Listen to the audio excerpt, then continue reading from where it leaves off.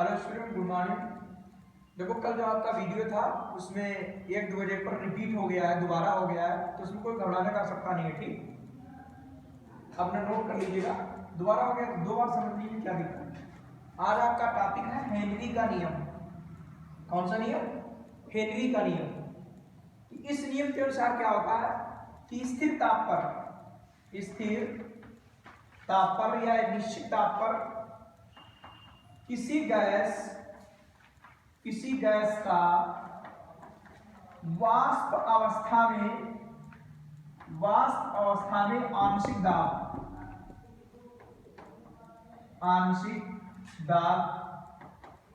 उस विलयन में गैस के मोल प्रभाज के समानुपाती होता है। ठीक, अर्थात P समानुपाती X। X क्या? मोल प्रभाज। ये गैस का मोल प्रभाज है। ठीक, कि किसी गैस का वाष्प अवस्था में जो आंशिक दाब होगा, मतलब प्रेशर, जो अकेले गैस दाब डालती है। ठीक, जैसे हमारा ये पात्र है, इसमें गैस A है, एक B है और एक C है। ये परस्पर क्रिया नहीं कर रही है। ठीक, तो तीनों मिलकर जो दाब डालेगी वो P आएगा, कुल दाब। और कुल दाब होता है PA plus PB plus PC। ये आपका डाल्टन के आंशिक दाब का नियम होता है। ठीक, ये कुल दाब है। तो जो एक गैस अकेले दाब डालेगी उसे बोलते हैं आंशिक दाब। ठीक, सबको समझ आ रहा है कि नहीं? कि किसी गैस का वाष्प अवस्था में आंशिक दाब, ये गैस का आंशिक दाब है, कि किसी गैस का वाष्प अवस्था में जो आंशिक दाब होगा वो उस विलयन में गैस के मोल प्रभाज के समानुपाती होता है। P समानुपाती X। P बराबर क्या आएगा? KH गुणे X। KH गुणे में आ जाएगा X। जहां KH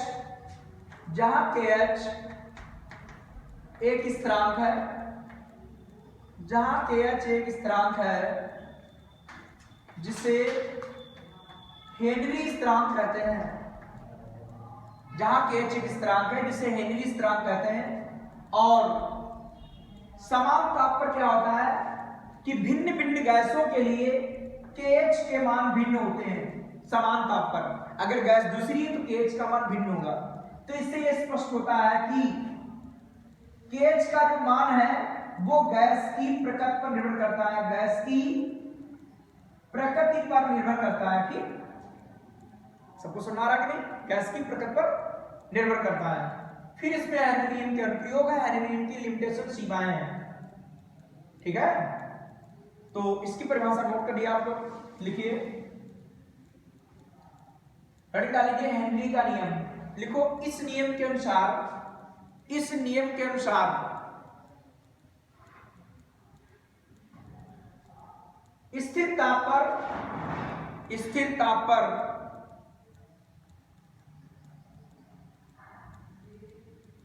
किसी गैस का वाष्प अवस्था में आंशिक दाब, स्थिर ताप पर किसी गैस का वाष्प अवस्था में आंशिक दाब उस विलयन में गैस के मोल प्रभाज के समानुपाती होता है। गैस के मोल प्रभाज के समानुपाती होता है।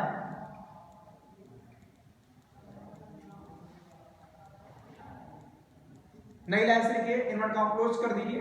नई लाइन से लिखो, यदि किसी गैस का वाष्प अवस्था में आंशिक दाब P, यदि किसी गैस का वाष्प अवस्था में आंशिक दाब P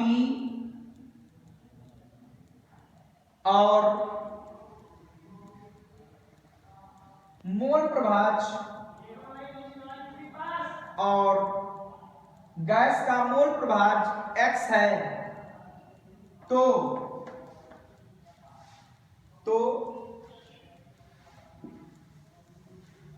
P समानुपाती X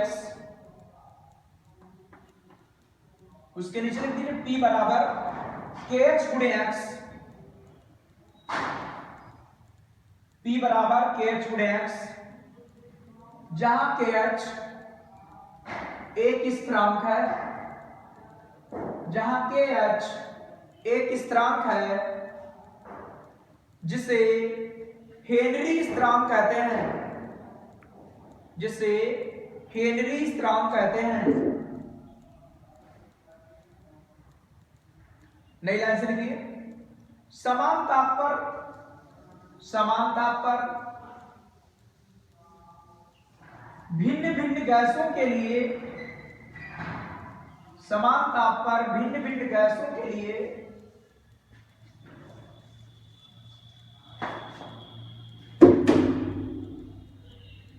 KH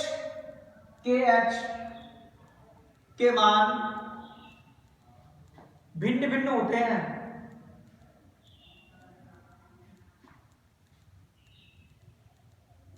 इससे यह स्पष्ट होता है कि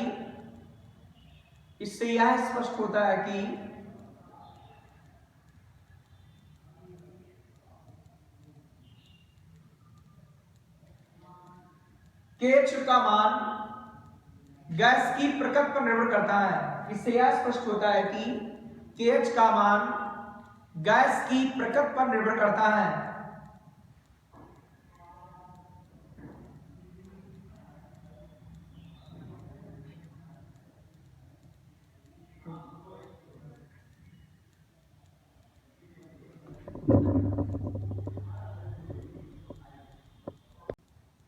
नेक्स्ट टॉपिक आपका है हेनरी नियम के अनुप्रयोग। हेनरी नियम के अनुप्रयोग कि इस नियम के प्रमुख अनुप्रयोग निम्नलिखित हैं। ठीक, पहला नियम है शीतल पेय तथा सोडा वाटर में। ठीक, जो आप लोग कोल्ड ड्रिंक वगैरह पीते हो उसमें, और सोडा वाटर में, तो इसमें क्या है कि जब बोतल खोलते हैं तो दाब कम हो जाता है। बस उसकी आप बोतल खोलते हैं तो प्रेशर कम हो जाएगा, और बोतल को आप पकड़ते हो तो उसमें ताप में वृद्धि होगी। भाई ताप में वृद्धि होगी क्योंकि बोतल ठंडी है, आपका टेम्परेचर तो आपका 37 डिग्री सेल्सियस है लगभग, तो ताप में वृद्धि होगी। और जब ताप में वृद्धि होगी तो उसमें जो गैस घुली होगी वो गैस अवस्था में आ जाएगी, जिसके फलस्वरूप क्या होगा, CO2 गैस बुदबुदाहट के रूप में बाहर निकलने लगती है। ठीक, नहीं झाग निकलता है बोतल खोलते हो, ठीक है, उसकी जो है झाग निकलने लगती है। समझ रहे हो कि नहीं? तो जैसे आपका जो हेनरी का नियम था वो P समानुपाती X के था। एक हेनरी का नियम और भी है कि W समानुपाती P की स्थिर ताप पर किसी विलायक में घुली गैस की मात्रा उसके आंशिक दाब के समानुपाती होती है। ठीक, तो प्रेशर कम कर देंगे, भाई प्रेशर आपका क्या हो गया बताओ, कम कर दिया, तो जो गैस घुली होगी वो कम घुलेगी। आपका प्रेशर वही है कि दाब कम हो गया, तो जो गैस उसमें घुली थी वो अब गैस अवस्था में आने लगेगी। ठीक है, वो गैस अवस्था में आने लगेगी, इसीलिए बुदबुदाहट के रूप में निकलने लगती बाहर। या तो क्लियर हो गया होगा कि शीतल पेय तथा सोडा वाटर में हेनरी नियम का प्रयोग है कि जब बोतल खोलते हैं तो दाब कम हो जाता है। इसे लिखाएंगे नहीं, आप इसका स्क्रीनशॉट लेकर लिख लेना। ठीक, टाइम लगता है उसमें लिखवाने में। जब बोतल खोलते हैं तो दाब कम हो जाता है और ताप में वृद्धि हो जाती है, जिसके फलस्वरूप CO2 गैस बुदबुदाहट के रूप में बाहर निकलती है। ये आपको क्लियर हो गया होगा कि हेनरी के नियम को इस प्रकार भी परिभाषित कर सकते हो। क्यों? देखिए, क्योंकि आपका मोल प्रभाज है, गैस का मोल प्रभाज, गैस के मोलों की संख्या नीचे कुल मोलों की संख्या, और ये होता है W, होता है W/M, ये भी W/M, ये भी W/M। तो विलायक की मात्रा स्थिर है और वहां चेंज होगा नहीं, तो आपका W समानुपाती P के हो सकता है। ठीक, W समानुपाती किसके हो सकता है, P के। तो इसके अनुसार क्या हो सकता है कि स्थिर ताप पर या निश्चित ताप पर किसी विलायक में घुली गैस की मात्रा उसके आंशिक दाब के समानुपाती होती है। ये क्लियर हो गया? उसी पर आधारित आपका ये भी है। ये हेनरी के नियम को दूसरी प्रकार से आप परिभाषित कर सकते हो। ठीक भाई, प्रेशर कम हो गया तो गैस जो घुली होगी वो गैस अवस्था में आने लगेगी, इसीलिए बुदबुदाहट के साथ बाहर निकलने लगती है। ऐसे ही फेफड़ों से रक्त में O2 और CO2 का आदान प्रदान भी हेनरी नियम पर आधारित है। इसमें भी हेनरी के नियम पर आधारित है, ये इसके अनुप्रयोग है। ठीक, दूसरा है हेनरी नियम की सीमाएं। भाई आप O2 लेते हो, CO2 छोड़ते हो। ठीक, O2 ग्रहण करते हो, CO2 क्या करते हो, छोड़ देते हो। ठीक, तो उसी का आदान प्रदान फेफड़ों में जो होता है, फेफड़ों में रक्त में O2 और CO2 का आदान प्रदान भी हेनरी पर आधारित है। हेनरी नियम की सीमाएं या शर्तें से बोलते हैं, limitation of Henry law. Number 1, ताप बहुत कम व स्थिर होना चाहिए, अधिक ताप ना हो। ठीक, क्योंकि अधिक ताप पर क्या होगा, गैस विलायक में नहीं घुलेगी। ठीक, इसीलिए ताप बहुत कम और स्थिर होना चाहिए। दाब बहुत उच्च नहीं होना चाहिए। ठीक, कि प्रेशर ज्यादा ना हो, क्योंकि प्रेशर जितना ज्यादा होगा गैस उतनी ज्यादा उसमें घुल जाएगी। ठीक, फिर से वाष्प अवस्था में लाना कठिन होगा। इसीलिए दूसरा पॉइंट है कि दाब बहुत उच्च नहीं होना चाहिए। ठीक, तीसरा पॉइंट है गैस की विलायक में विलेयता कम होनी चाहिए। अभी हमने दूसरी तरीके से परिभाषित किया था कि विलेयता कम होनी चाहिए, क्योंकि अधिक अगर विलेय हो जाएगा उसमें तो उसे वाष्प अवस्था में लाना थोड़ा कठिन हो जाएगा। ठीक, इसीलिए। और गैस की आणविक अवस्था अपरिवर्तित रहनी चाहिए। ये नहीं कि गैस की आणविक अवस्था चेंज हो गई, जैसे कुछ इसके बता रहे एग्जांपल, जैसे NH3 है, HCl है। ये क्या होता है, इनको जल में अगर बोल दें हम, इनको किसमें बोल दें, जल में, तो जल से क्रिया कर लेता है, क्या बना लिया, NH4OH, और ये फिर आयनिक हो जाता है NH4+OH- में। तो देखो इसकी आणविक अवस्था चेंज हो गई कि नहीं, तो इस पर हेनरी का नियम नहीं लगेगा। HCl है, जल में घोलेंगे H+ और Cl- में आयनिक हो गया, तो इस पर भी हेनरी का नियम नहीं लगेगा। ठीक है, कि गैस की आणविक अवस्था अपरिवर्तित रहनी चाहिए, मतलब परिवर्तित ना हो, और ये पॉइंट भी इससे क्लियर हो जाएगा। जैसे ये है, अगर इसके लिए विलायक बेंजीन हो, बेंजीन, तो इस पर लागू हो जाएगा हेनरी का नियम।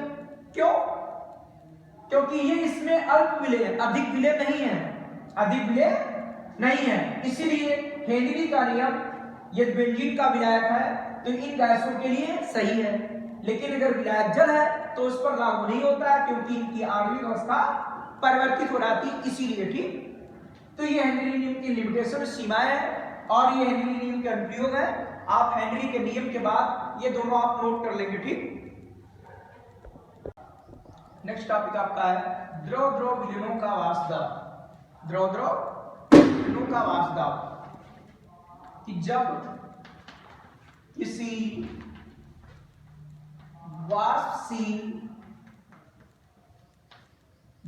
वाष्पशील द्रव विलेय का विलयन,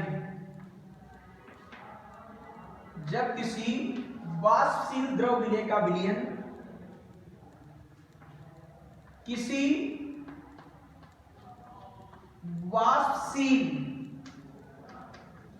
वाष्पशील द्रव विलायक में बनाया जाता है।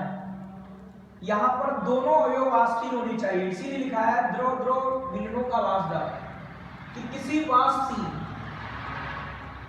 द्रव विलेय का विलयन किसी वाष्पशील द्रव विलायक में बनाया जाता है, और विलयन में दोनों द्रव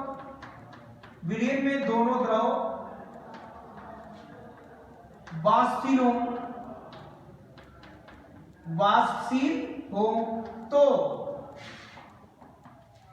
तो विलयन का वाष्प दाब दोनों अवयवों के वाष्प दाबों के योग के बराबर होता है, अर्थात P बराबर Pa प्लस Pb। ऐसा डाल्टन के आंशिक दाब में भी होता है। ठीक, ये कुल दाब हो गया P बराबर Pa प्लस Pb। ए क्या है, ये वाष्पशील द्रव विलेय है, ये वाष्पशील द्रव विलेय है, और ये वाष्पशील द्रव विलायक है, कोई भी विलेय विलायक हो सकता है। ठीक, तो यदि किसी विलेय में दो वाष्पशील अवयव A और B हो, तो विलयन का कुल वाष्प दाब बराबर आएगा Pa प्लस पीबी। ठीक है, ये द्रव द्रव विलयनों का वास दाब। ठीक, और राउल्ट ने जो है इन विलयनों के लिए एक मात्रात्मक संबंध स्थापित किया। राउल्ट ने इन विलयनों के लिए एक राउल्ट ने इनके लिए एक मात्रात्मक संबंध स्थापित किया, जिसे कहते हैं राउल्ट का नियम। ठीक, राउल्ट का नियम कहते हैं। ठीक, और ध्यान रखना, राउल्ट का एक नियम उधर पड़ा था, वो वाष्प दाब में अवनमन संबंधी राउल्ट का नियम है। वहां पर विलेय पदार्थ अवाष्पशील था। ठीक, विलेय पदार्थ क्या था? अवाष्पशील। यहां पर ये वाष्पशील है, तो वाष्पशील विलेय के लिए समझ लो ये राउल्ट का नियम होगा। तो राउल्ट का नियम, इस नियम के अनुसार क्या है कि इस नियम के अनुसार समझ लीजिए, इस नियम के अनुसार क्या है, ये राउल्ट का नियम ध्यान रखना वाष्पशील विलेय के लिए है कि पूछा था वाष्पशील विलेय के लिए राउल्ट का नियम क्या लिखेंगे कि निश्चित ताप पर या स्थिर ताप पर, इसमें क्या होगा कि इस नियम के अनुसार निश्चित ताप पर किसी विलयन में उपस्थित, निश्चित ताप पर किसी विलयन में उपस्थित किसी अवयव का मोल प्रभाज किसी अवयव का आंशिक दाब उस अवयव के मोल प्रभाज के समानुपाती होता है। ठीक, निश्चित ताप पर किसी विलयन में उपस्थित, इस नियम के अनुसार निश्चित ताप पर किसी विलयन में उपस्थित किसी अवयव का मोल प्रभाज उस अवयव के किसी अवयव का आंशिक दाब उस अवयव के मोल प्रभाज के समानुपाती होता है। कि यदि किसी विलयन में द्रव अवयव ए और बी है और उनके विलयन में आंशिक दाब पीए व पीबी हो, विलयन में होंगे, शुद्ध अवस्था में नहीं, विलयन में आंशिक दाब पीए व पीबी हो, तो पीए समानुपाती एक्स व पीबी समानुपाती एक्स बी, और पीए बराबर आएगा पीए नॉट और यह आएगा एक्स व पी बराबर आएगा पीबी नॉट और एक्स बी, क्योंकि कांस्टेंट है। ठीक है, ये शुद्ध अवस्था में भाई जहां पीए नॉट व पीबी नॉट क्या है, ये शुद्ध अवस्था में अवयव ए व बी के आंशिक दाब है। शुद्ध अवस्था में मतलब जब अलग अलग हैं तब, उनको मिलाया नहीं गया तब। और ये क्या है, विलयन में अवयव ए का आंशिक दाब है। ये क्या है, विलयन बी में अवयव बी का आंशिक दाब है। ठीक, जहां पीए नॉट व पीबी नॉट शुद्ध अवस्था में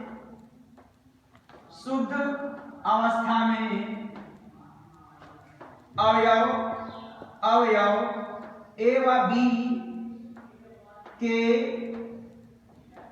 आंशिक दाब हैं। ठीक, अब आपने पढ़ा था कि P बराबर क्या होता है, कुल दाब बराबर आपने क्या पढ़ा था, PA प्लस PB। तो PA बराबर क्या पढ़ा था आपने, PA बराबर क्या पढ़ा, PA not XA plus PB not XB, ये हो गया कुल दाब। ठीक है, ये आपने चूंकि पढ़ा था इसीलिए आपका कुल दाब आ जाएगा। कुल दाब P बराबर PA not XA plus PB not XB, जहां आपको ध्यान रखना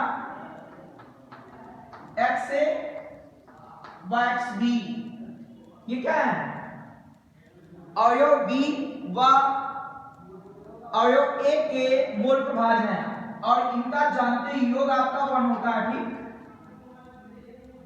ये न्यूमेरिकल में लगा सकते हो कि XA का अगर मोल प्रभाज मालूम है तो आप XB का मोल प्रभाज निकाल सकते हो। ठीक, एक से घटाकर।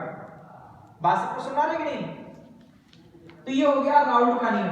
कौन सा नियम हो गया, राउल्ट का नियम। ठीक, ये वाष्पशील अवयवों के लिए राउल्ट का नियम है, ध्यान रखना। वो आवासशील विलेय पदार्थ के लिए आपका था, ठीक। राउड का नियम कि वाष्प दाब में अपेक्षिक औष्णन विलेय के मूल प्रभाव के बराबर होता है, इसे राउड का नियम कहते हैं। वो वाष्प दाब में औष्णन संबंधी राउड का नियम है, ठीक। ये आपका जो है वाष्पशील अवयवों के लिए राउड का रूल है, ठीक। ये ध्यान रखना आपको। थ्योरेटिक आपकी है द्रव द्रव विलीनों का वाष्प दाब, द्रव द्रव विलीनों का वाष्प दाब, इसको लिखिए, इसको लिखिए। जब किसी वाष्पशील द्रव विलेय का, जब किसी वाष्पशील द्रव विलेय का विलयन, द्रव विलेय का विलयन किसी वाष्पशील द्रव विलायक में बनाया जाता है, द्रव विलायक में बनाया जाता है,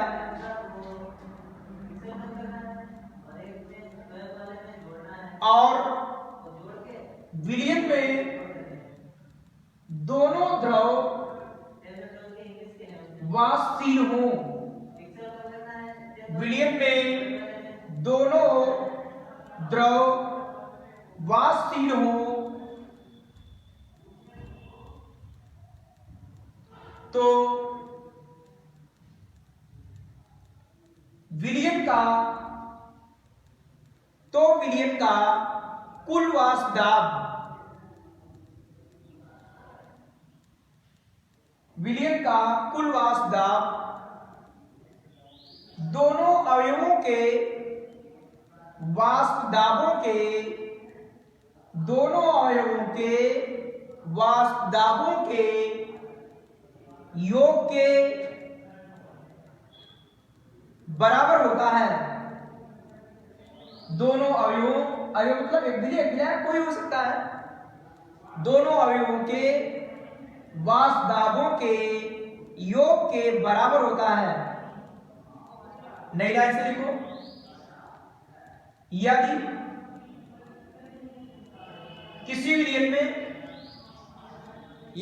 विलयन में दो अवयव ए व बी हो, कैपिटल ए भी लिखोगे, या किसी विलयन में दो अवयव ए व बी हो और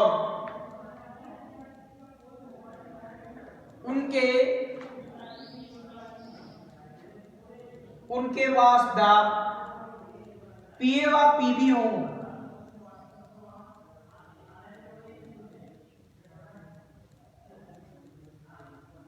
तो ये सूत्र लिख लीजिए। तो कुल दाब P बराबर पीए प्लस पीबी, पीए प्लस पीबी। इसी के नीचे अब लिखिएगा आप लोग, राउट ने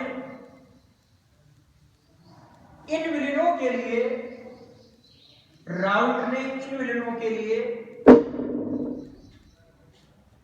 एक मात्रात्मक संबंध स्थापित किया, एक मात्रात्मक संबंध स्थापित किया जिसे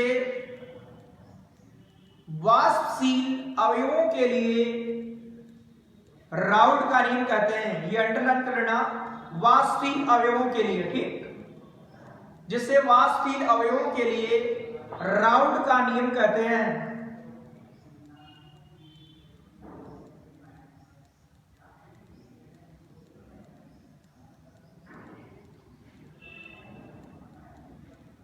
नई लाइन से लिखिए, इस नियम के अनुसार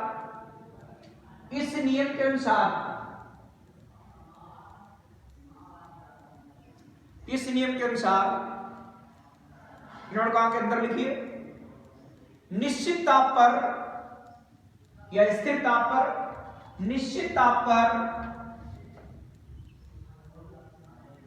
किसी विलयन में उपस्थित, निश्चित ताप पर किसी विलयन में उपस्थित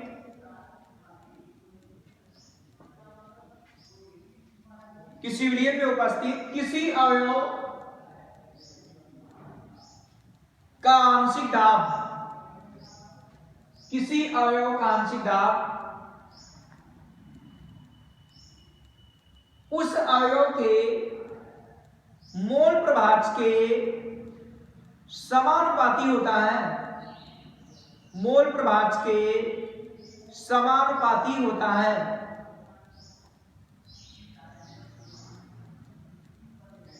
मोल प्रभाज के समानुपाती होता है। फिर एक बार ध्यान दो, निश्चित ताप पर किसी विलयन में उपस्थित किसी अवयव का आंशिक दाब उस अवयव के मोल प्रभाज के समानुपाती होता है। ठीक, नई लाइन से लिखिए यहां पर, यदि किसी विलयन में दो अवयव ए व बी हैं जो वाष्पशील हैं,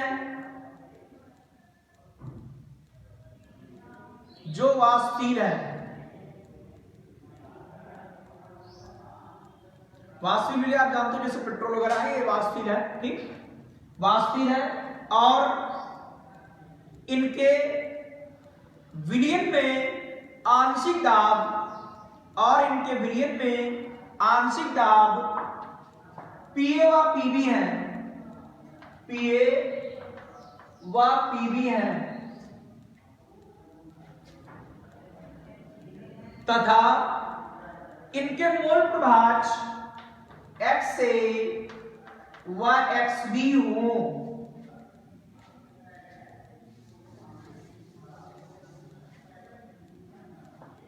तब इस नियम के अनुसार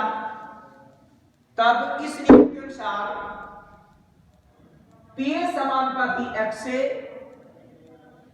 व पीबी समानुपाती एक्स बी, पीए बराबर पीए नॉट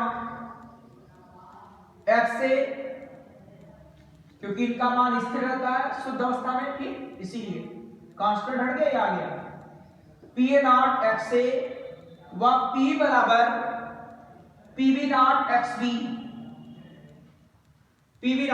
बी, जहां पीए नॉट व पीवी नॉट शुद्ध अवस्था में, शुद्ध अवस्था में अवयव ए व बी के आंशिक दाब हैं, अवयव ए व बी के आंशिक दाब हैं।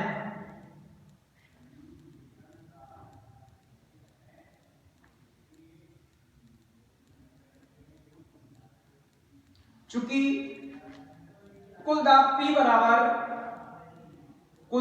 बराबर पीए प्लस पीवी, ये आपने ऊपर पढ़ा था। ठीक, इसीलिए कुल दाब आपका हो गया, ये कुल दाब ये आपका हो गया पीए नॉट गुणे एक्स से plus PV not X B,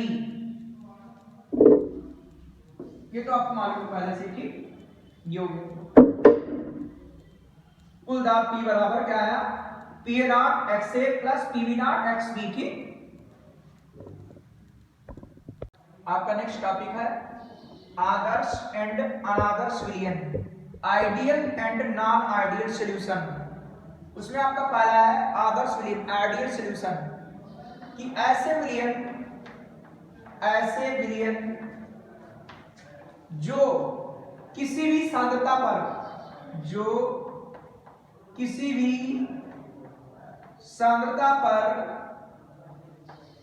Raoult के नियम का पालन करते हो, आदर्श विलयन कहलाते हैं। कोई भी विलयन आदर्श नहीं होता। ठीक, जैसे कोई गैस आदर्श नहीं होती है, पढ़ा होगा आदर्श गैस, ऐसे कोई विलयन आदर्श नहीं होता है। मान लिया जाता है ठीक कि आदर्श विलयन है। ठीक, ध्यान दीजिए, अब इसकी शर्तें पढ़ेंगे, वहां क्लियर हो जाएगा सब, कि ऐसे विलयन जो किसी भी सांद्रता पर राउल्ट के नियम का पालन करते हो, किसी भी सांद्रता पर किसका पालन करें, राउल्ट के नियम का पालन करते हो। ठीक, पालन करते हो कहलाता है आदर्श विलयन। भाई राउल्ट का नियम अभी पढ़ा कि निश्चित ताप पर किसी विलयन में उपस्थित किसी वाष्पशील अवयव, हो सकता है वहां पर वाष्पशील छूट गया, पढ़ा लेना आप लोग। किसी वाष्पशील अवयव का मोल प्रभाज, सॉरी, किसी वाष्पशील अवयव का आंशिक दाब उस अवयव के मोल प्रभाज के समानुपाती होता है। राउल्ट का नियम पढ़ा था, ठीक, कि निश्चित ताप पर या स्थिर ताप पर किसी विलयन में उपस्थित किसी वाष्पशील छूट गया था, लेकिन नीचे आपने लिखा हुआ है किसी वाष्पशील अवयव का आंशिक दाब उस अवयव के मोल प्रभाज के समानुपाती होता है, ठीक। यह आपने राउल्ट का नियम पढ़ा है, इसका पालन करना चाहिए। ऐसे विलयन कहलाते हैं आइडियल सॉल्यूशन। तो अवयव ए व बी, अवयव ए नई लाइन से आपको लिखना पड़ेगा, हम लिखवाएंगे। अवयव ए व बी से बने आदर्श विलयन की निम्नलिखित शर्तें होती हैं। यह निम्न शर्तें आवश्यक हैं, निम्न शर्तें आवश्यक हैं, ठीक। अवयवों ए व बी से बने आदर्श विलयन के लिए निम्नलिखित शर्तें आवश्यक हैं। नंबर 1 कि जो हमारा विलयन है वो राउल्ट के नियम का पालन करे, ठीक। अर्थात क्या हो कि आपने पढ़ा है कि P बराबर क्या होता है, PA प्लस PB, कुल दाब बराबर PA बराबर क्या है, PA नॉट XA व PB नॉट और XB। राउल्ट के नियम का पालन करना चाहिए, ठीक। अर्थात ये इसके बराबर और ये इसके बराबर, राउल्ट के नियम का पालन करना चाहिए। नंबर 2, दोनों अवयवों को मिलाने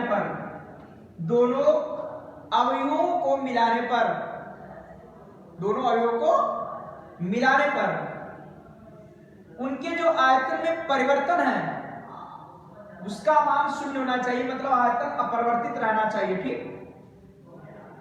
है। आयतन कैसा है, अपरिवर्तित। कि मिश्रण के आयतन में परिवर्तन डेल्टा बी बराबर रहना चाहिए 0, बराबर क्या रहना चाहिए 0। उनके आयतन में परिवर्तन नहीं, मतलब क्या होना चाहिए, 0 होना चाहिए, ठीक। कि दोनों अवयवों को मिलाने पर बने विलयन के आयतन में परिवर्तन, ये हो गया समझ लो मिश्रण के आयतन में परिवर्तन डेल्टा बी बराबर 0 होना चाहिए, ठीक।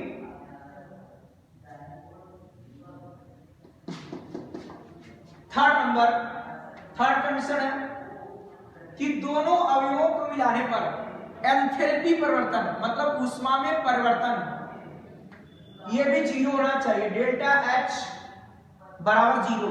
अर्थात ना ही ऊष्मा का शोषण हो और ना ही ऊष्मा का क्षेपण हो, ना ही ऊष्मा उत्सर्जित हो ना ही ऊष्मा अवशोषित हो। कि दोनों अवयवों को मिलाने पर एंथैल्पी परिवर्तन 0 होना चाहिए या एंथैल्पी अपरिवर्तित रहनी चाहिए, ठीक। तीसरी कंडीशन है आपकी ये, ठीक। चौथी कंडीशन क्या है कि विलयन में उपस्थित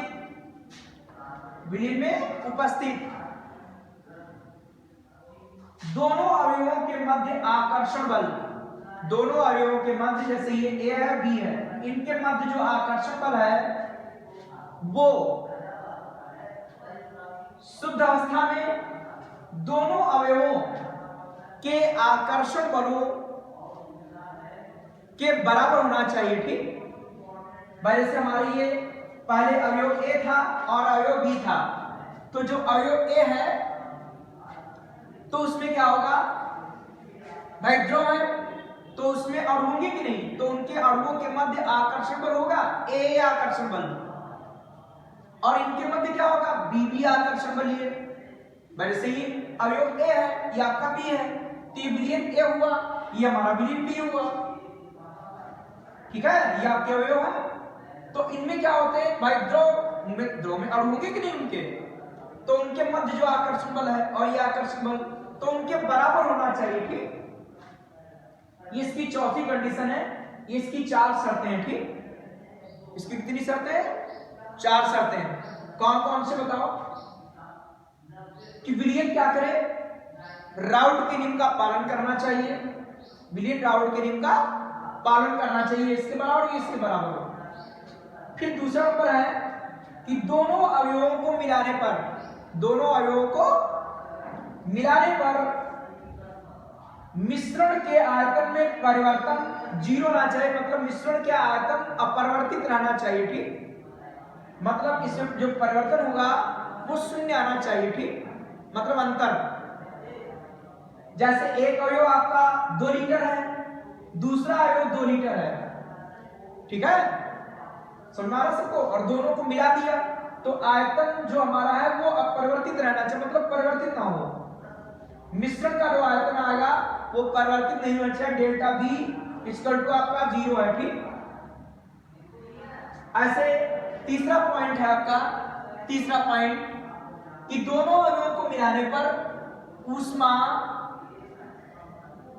परिवर्तित नहीं होनी चाहिए, अर्थात एंथैल्पी अपरिवर्तित रहे। एंथैल्पी को बोलते हैं ऊष्मा में परिवर्तन, तो एंथैल्पी अपरिवर्तित रहनी चाहिए, अर्थात ना ऊष्मा का अवशोषण हो और ना ही ऊष्मा का मतलब उत्सर्जन हो, ठीक। डेल्टा अर्थात डेल्टा H इक्वल टू 0, ऊष्मा अपरिवर्तित रहनी चाहिए, ठीक। और चौथा पॉइंट है कि विलयन में दोनों अवयवों का जो आकर्षण बल है वो शुद्ध अवस्था में दोनों जो अवयव हैं उनके आकर्षण बलों के बराबर होना चाहिए, ठीक। और अभी इसको हम लिखा रहे हैं, फिर आपको एक पॉइंट समझाते रहेंगे।